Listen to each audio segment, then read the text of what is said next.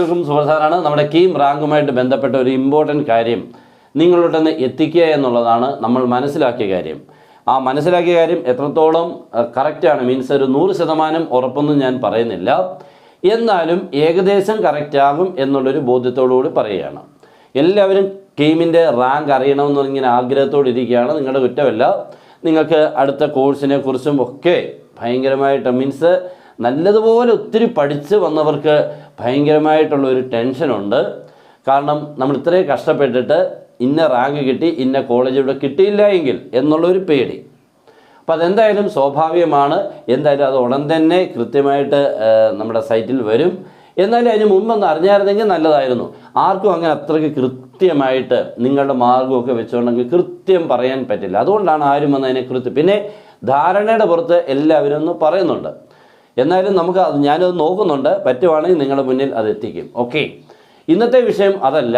ഞാൻ ഇച്ചിരി സമയം കൊണ്ട് ഒന്നും പറഞ്ഞു തീർക്കാം. നമ്മുടെ കഴിഞ്ഞ വർഷങ്ങളിലും ഈ വർഷവും നമുക്ക് വന്ന വ്യത്യാസം മനസ്സിലായ കാര്യം ഒന്ന് പറയുകയാണ്. കഴിഞ്ഞ വർഷം ഞാനൊരു എക്സാമ്പിൾ പറയുകയാണെങ്കിൽ, ഇപ്പം 350 മാർക്ക് 600-ലുണ്ടായിരുന്നു. ഏതൊക്കെയാണ്? കീമും നമ്മുടെ +2 മാർക്കും എല്ലാം ചേർത്ത് എല്ലാം ഫൈനൽ കിട്ടിയ ഒരാൾക്ക് ഞാൻ ചുമ്മാതെ പറയുകയാണേ, 20,000 ആയിരുന്നു റാങ്ക് എന്ന് വിചാരിക്കുക. ഓക്കെ, 20,000 ആയിരുന്നു റാങ്ക്. ഈ വർഷം അതേ 20,000 റാങ്ക് കിട്ടാൻ അതേ 20,000 റാങ്ക് കിട്ടാൻ 600-ൽ 350 ആവശ്യം വരില്ല എന്നാണ് തോന്നുന്നത്. 350 മീൻസ് 350 ഇല്ലെങ്കിലും നമുക്ക് ഈ 20,000-ൽ ഏകദേശം ഒരു 300-നും 330-നൊക്കെ ഇടയ്ക്കുണ്ടെങ്കിൽ പോലും ഒരു 20 മാർക്കിൻ്റെയൊക്കെ ഒരു വ്യത്യാസം, 15-20 മാർക്കിൻ്റെ വ്യത്യാസം ഈ വർഷം ഉണ്ടാവാൻ സാധ്യതയുണ്ട്. കൃത്യമായിട്ട് മനസ്സിലായെന്ന് എനിക്കറിയില്ല. ഒന്നുകൂടെ കേട്ടോ. 600-ൽ 350 ഉള്ളതിന് 20,000 ആയിരുന്നു റാങ്ക് കഴിഞ്ഞ വർഷങ്ങളിലെന്ന് വിചാരിക്കുക. അതേ 20,000 എന്ന് പറയുന്ന റാങ്ക് ഈ വർഷം കിട്ടാൻ 350-ൻ്റെ ആവശ്യം വരണമെന്നില്ല. കൃത്യമായി അല്ലേ? മനസ്സിലായെന്ന് തോന്നുന്നു.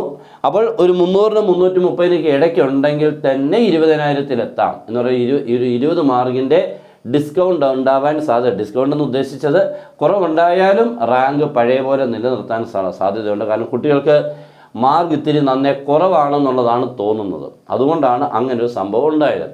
മറ്റൊരു തരത്തിൽ പറഞ്ഞു കഴിഞ്ഞാൽ, കഴിഞ്ഞ വർഷം 600-ൽ 400 മാർക്കുള്ളവൻ്റെ റാങ്ക് ഒരു 12,000 ആണെന്ന് വിചാരിക്കുക.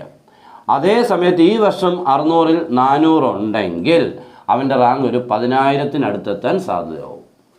അതേ മാർക്ക് ഇല്ലെങ്കിൽ ഒരു 1,000-1,500-ൻ്റെ ഒരു വ്യത്യാസം അവിടെ ഉണ്ടാവാൻ ഈ വർഷം സാധ്യതയുണ്ട്.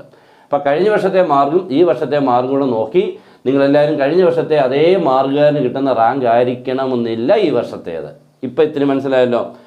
എനിക്ക് മനസ്സിലായ ഇത്രയും ഒരു കാര്യം എന്ന് പറഞ്ഞാൽ കുറേ ആൾക്കാരുടെ ഡേറ്റാസുകൾ കളക്ട് ചെയ്തപ്പോൾ കിട്ടിയ ഒരു മനസ്സിലായ കാര്യമാണ് നിങ്ങളുടെ എത്തിച്ചെന്നേ ഉള്ളൂ. അപ്പോൾ നിങ്ങൾ എന്തായാലും കമ്പയർ ചെയ്യും കഴിഞ്ഞ വർഷം ഈ വർഷം തമ്മിൽ. ഓക്കെ, പിന്നെ നമുക്കിരുന്ന് കാത്തിരുന്ന് കാണാം ബാക്കി കാര്യങ്ങളൊക്കെ. എന്തായാലും ഉടൻ തന്നെ എല്ലാം പബ്ലിഷ് ചെയ്യും. അതിന് മുൻപായിട്ട് പറ്റുന്നെങ്കിൽ നമുക്ക് അതിൻ്റേതായിട്ടുള്ളൊരു പ്രഡിക്ഷൻ വീഡിയോ ഇടുകയും ചെയ്യും. ഓക്കെ, അപ്പോൾ എല്ലാവരും പ്രാർത്ഥിക്കുക അവരവരുടെ മാർക്കുകൾ ഏറ്റവും ടോപ്പാവാൻ. Good bye.